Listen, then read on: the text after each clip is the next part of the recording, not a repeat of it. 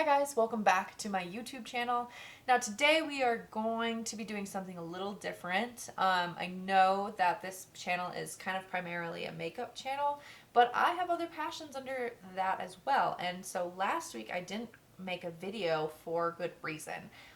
There's a video game that came out that I have been waiting for about 7 to 8 years or so, and that came out last weekend. So I played the first game in the series and then finished the second game in 26 hours on Sunday. So went from Friday to Sunday playing the game, and that is The Last of Us 2.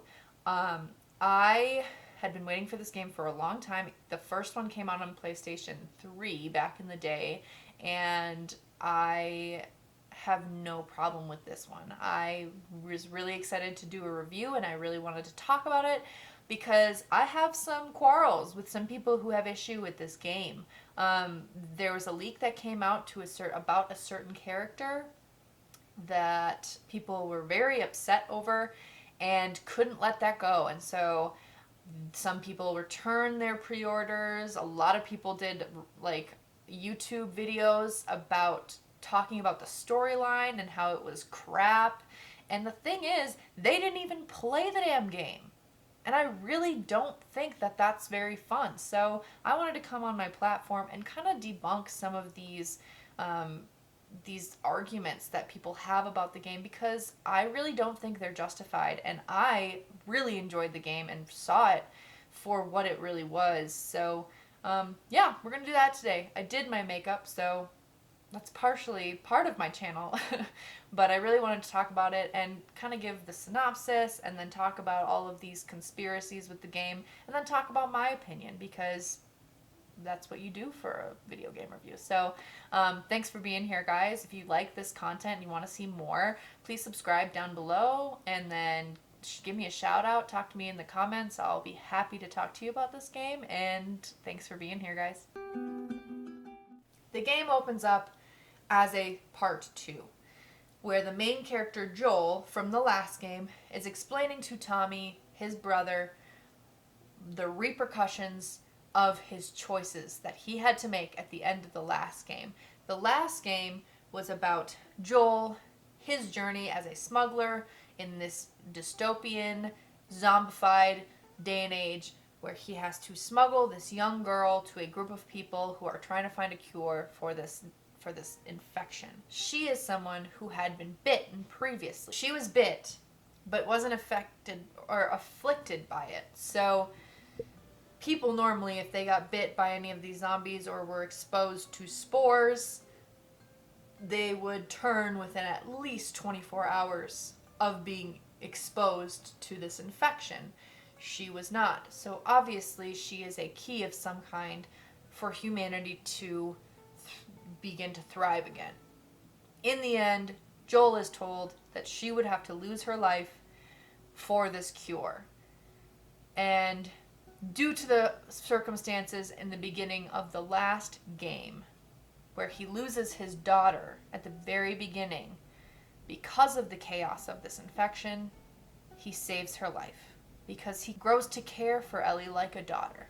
And he realizes that he may have a second chance in having a relationship with this girl, so he saves her. Doesn't tell her why. He tells her at the end that there are many like her and that there's no cure to be found and that there's no point. So that's huge in this next game. I do believe this game picks up right where the last game ends off, because Ellie's in the same outfit as she was at the end of the first game. And Joel tells his brother, and they go about it. Open up 4 years later on Ellie. So now you're playing as Ellie, and it is wintertime in Wyoming, Jackson County, and they're living in this compound, and they are going out on a raid, or she is going to go on a raid with her friend Dina, and her friend Jessie is with her as well, that you meet at the beginning, and they're talking about this raids. Now further on in the game, Tommy, Joel's brother, says something about how in wintertime the zombies or the infected end up going into that county in hordes because they're looking for food. And so they have to go out on these raids, or not these raids, but these patrols to kill the infected so that they don't come closer to the compound. Or, create destruction like World War Z. Ellie goes off with Dina, and Joel goes off with Tommy to go on these raids. You play with Dina and Ellie basically as a tutorial mode, and ends up with them in a romantic instance, and kind of ends with their story. Open up to a new group of people, and you are introduced to Owen and this girl named Abby, or this woman named Abby, who you end up playing in the game. So you play her at the beginning, and they're looking for this unknowable him. So they're looking for somebody, and you kind of know who that him is just by the repercussions and of the last game. Playing as her, and you run into a horde of zombies, and she is running away. And as she's getting away from this horde, she runs into two gentlemen. You can only guess who these two gentlemen are, and they knowingly expose to her who they are. In this exchange, she looks indifferent. And you're like, okay, now I know who she's looking for. Obviously, she's looking for Joel. And as they're trying to run away from this horde, Abby suggests that they go find her group in a big mansion down the way that's secured and safe. And these men unwillingly but inevitably agree and follow her on their horses to this area. While they're in this mansion, again, their identities are told to this group of people who go silent. And in this deafening silence, the person you're playing as, Abby, shoots Joel point blank in the knee, blowing his knee out. This kind of ends this altercation back to Ellie, where she's informed that Joel didn't switch patrol, and this doesn't seem correct to her, or doesn't seem like Joel's character. So she goes to find him, only to end up finding a very tortured, battered, and injured at death's door Joel by the hands of Abby. Ellie pleads for Joel's life, but it is not enough, because the grief and the anger that is pushing Abby forward, at the end of the day, there was just no use, and she kills Joel.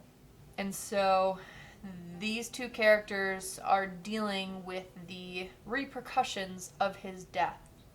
Ellie, in that she's looking for the group and in her revenge to kill them, because there's also some level of guilt to her, the way she treated Joel, because in the game, Joel admits to her, as she looks further into her past and why and what happened at the hospital where Joel saved her life, she realizes and finds out that she was the only known cure at the time, and that she feels her life had no meaning because he saved her in a world that was deadly. And he tells her that because he goes to find her only for her to ask him that question. And so he admits that to her. So in her grief of being upset with him and past his death, she goes to seek revenge. So after all this altercation happens, Tommy comes to see Ellie. Ellie's ready to leave, ready to fight these people. They know where they're going because on the jackets, these group has at WLF, which stands for Washington Liberation Front, which means they are in Seattle, in Washington. And so Tommy says he can't go. Ellie says she's going regardless. And the next day, as she's exploring Joel's home, which is a very, very touching and emotional scene, find out that Tommy had already left. And he tells his wife to make sure that Ellie does not go. Ellie goes. We are caught running into many infected in this new area. We are running into two different factions that are the WLF, which explained, the Washington Liberation Front, and this group called the Seraphites, which is this religious sect or group that has formed during this infection, and they are mostly living off the land.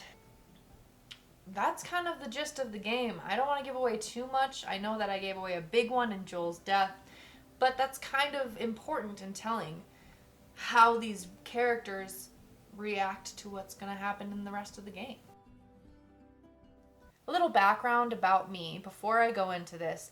When I was younger, I grew up in a family who were really invested in a lot of different aspects of theater and the arts. So, when we would go see a movie, when we would, play a game with a storyline, when we would watch a theater performance, I would always be asked, how did you feel about that? Or what did you think? Or, what are your opinions about this? And at the time, I always thought that it was very annoying because I was just like, I want to be in my own thoughts. I'm a teenager, whatever. Now at my age, I really have come to appreciate that in myself because it really helps me get underneath and dive down deeper versus getting surface level of anything. And it really makes me more well-rounded and really helps me to appreciate the works at hand. That's giving whoever created these masterpieces their justice or their just desserts because they deserve it. So that's a little background about me. That's what I'm going to do here because I think that's very important. Let's go into kind of debunking some of these angry people's opinions about this game because I don't think they're correct. I don't think they are rightfully said because these people have not played this game. A lot of these interpretations or a lot of this opinion that came out before the game even came out on its own. So let's talk about that. Let's debunk some of these angry conversation. So I'm going to start off by talking about kind of a big one, and this is one of the big conversation topics that I have been going through social media about this game is the ending. How the game ended has been a point of contention for a lot of fans of Naughty Dog games on this game.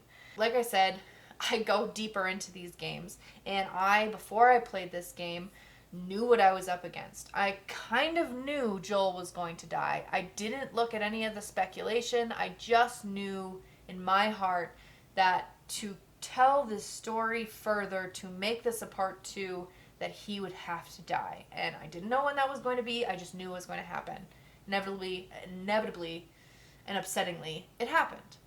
And this game, as I researched, was explained to be dark, way darker than the first game. It wasn't going to hold the same, hope that the last game was going to play into, but it was going to be about revenge. And that can only be told in a very dark, ominous way. And they did that. They did that excellently and beautifully, and I commend Naughty Dog for their storytelling, their ability to do that, because this game is dealing with grief and trauma and revenge.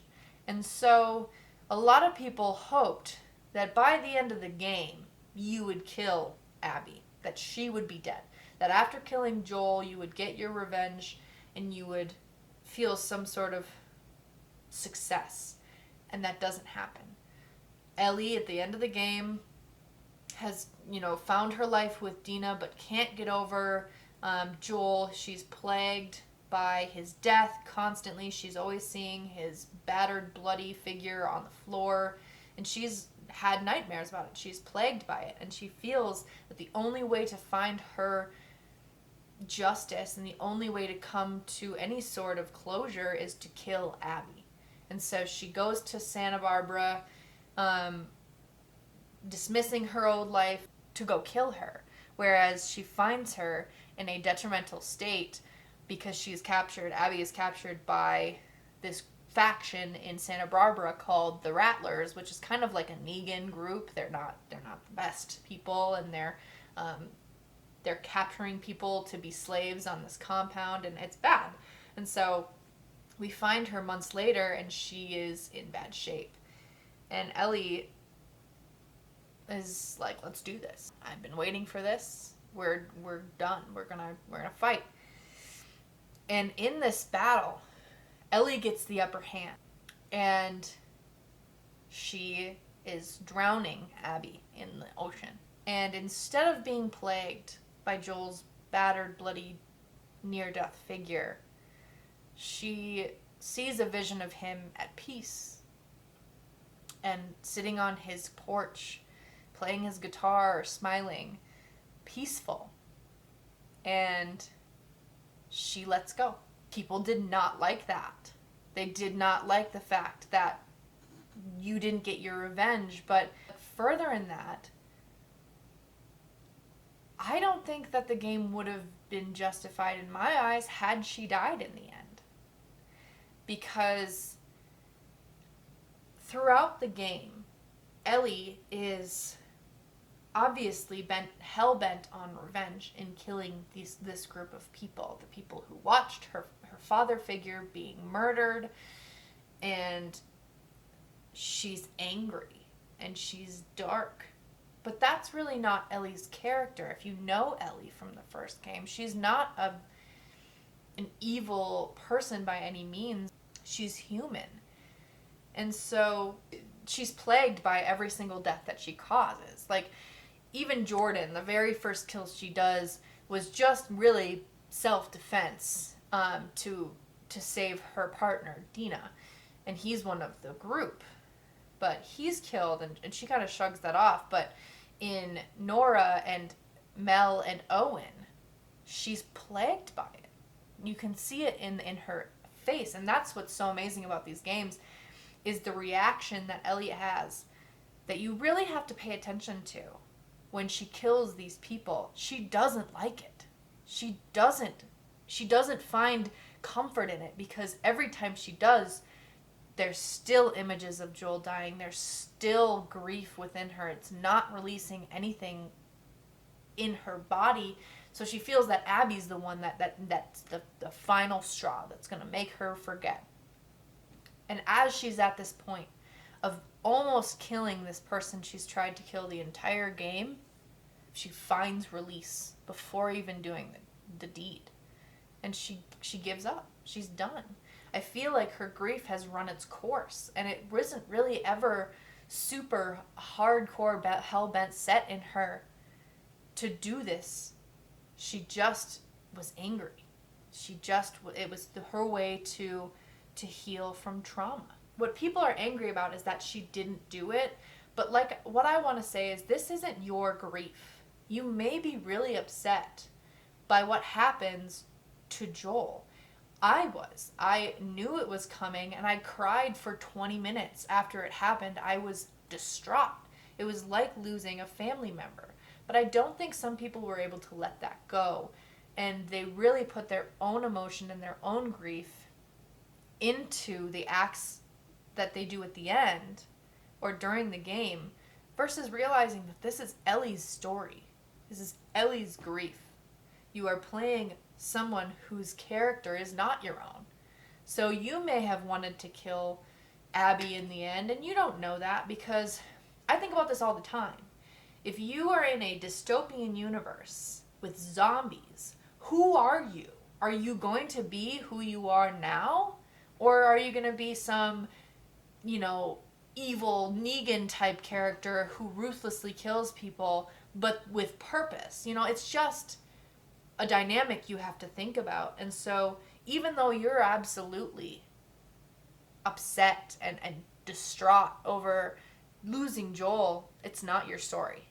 It's not yours. So you can think that all you want, but if you really focused on Ellie the whole time, she was telling in you understanding her decision at the very end of the game. She was at peace before even doing the deed.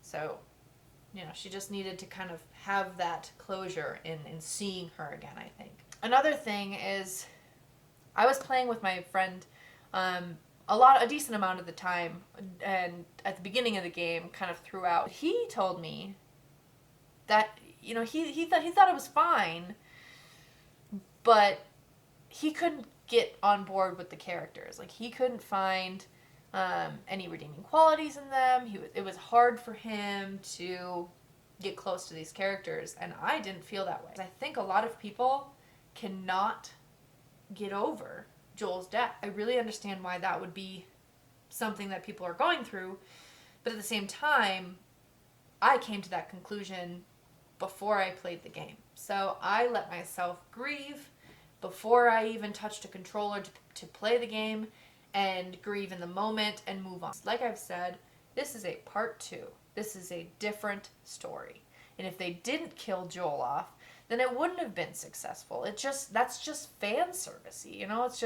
It's basically the same game as the first one. So they had to do something with a different dynamic. And you do get to play with Joel. And it is very cathartic when you see him in flashbacks through the game. And I knew that was going to happen too, because you couldn't just kill him without having some sort of release for the fans. And so they did that amazingly as well. But I was very close to these characters.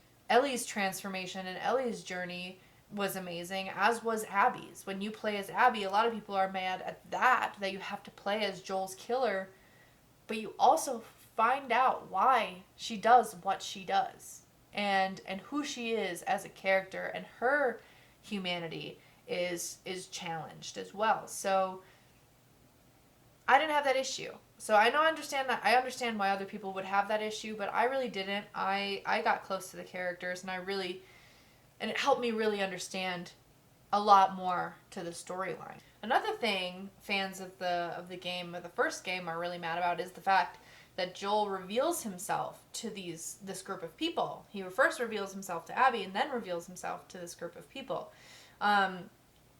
First off, he doesn't. Tommy does. This is half the reason that Tommy feels plagued by what happens to Joel, because he feels very, very bad. And I know there are 2 different instances where their names are said. I believe Joel says their names in the very first instance, and then Tommy does for the second with the whole group of people. I understand that Joel in the first game was very closed off. Even with Bill, who he knows in that game, is closed off by him and is kind of backs off from getting too close. Of course that's how it's going to be at the beginning of an infection. Of course, you have to be skeptical of everybody. But in the past 4 years, all they've run into, all this compound and this group, Ellie, Joel, Tommy, all of these people, all they know is killing infected. They haven't really run into anybody else. They've only been surrounded by people they know. So you're going to, in that instance, if you really think about it, warm up a little bit. Oh, let your guard down. Because you have been safer for 4 years. So in that instance as well, if you find groups of people that you feel is downtrodden or down and out, you're going to welcome them back to find that peace themselves, because you are trying to rebuild civilization. You are trying to rebuild humanity. And so they also need more people to do that. They need more people to go on patrols and kill infected. They need that. So in that instance, yes, their names were told. But it wasn't as important when Joel told Abby that than when Tommy told all of the entire group. That's my debugging of that, because you don't know, like I said, you don't know how you as a person are going to be in this situation. It is a unheard of, unnormal situation. Of course, we're living through a pandemic right now, but that is nothing in comparison to, how you would be or how you would react in a infected zombie apocalypse, like dystopian universe. You don't know. You don't know how your moods change, especially when you find creature comfort in a home, in something that you've been comfortable with, and you've only run into infected at this point. So maybe he did tell him his name, but times have changed. You know that you change every 4 to 5 years, that your mental capacity and your attitude is different depending on your age. So I think Joel kind of got softened by the safety of being at the compound, and lo and behold, that happened. So what's my take on this whole game? Well, like I said, I loved it. It was absolutely fantastic. One of the best games I think I've played yet on the PlayStation 4 as for as long as it's been out. Um, and I do take into account my excitement of games, and how that makes it biased for me almost. And I did not, in my heart, feel there was anything morally or astronomically wrong with the story. I think that they handled it amazingly. I think that everything was absolutely detailed and fantastic and told very well. And there's nothing really wrong with it. You know, the not only was it beautiful to play in every single location that you're in, but they took so much detail to the NPCs that you run into the game as well. You run into many different factions, and in the factions everyone has a name, so when you kill someone and someone finds that body, they identify the body, so it humanizes people in this game and kind of throws you for a loop and in what you are doing as Ellie or as Abby. This kind of is why that it loses that point 0.5 in my book, is they also, in one of the factions in the WLF, have dogs. So they have watchdogs with them that you kind of have to kill. I would find myself apologizing after every single time that I'd kill a dog. They also have names. And so whenever you kill a dog, the owner cries out in pain and calls that dog's name. But on the other hand, when you kill the dog's owner, the dog is sad. The dog sits over the owner and cries itself. So very fantastic attention to detail in that regard. Also, the new infected that they created, not only did they bring back the old infected favorites that are terrifying in the clickers, the runners, and the bloaters, but now they have two new infected that they introduced in the shamblers and the stalkers. And so you run into those, and there's a whole new world with them.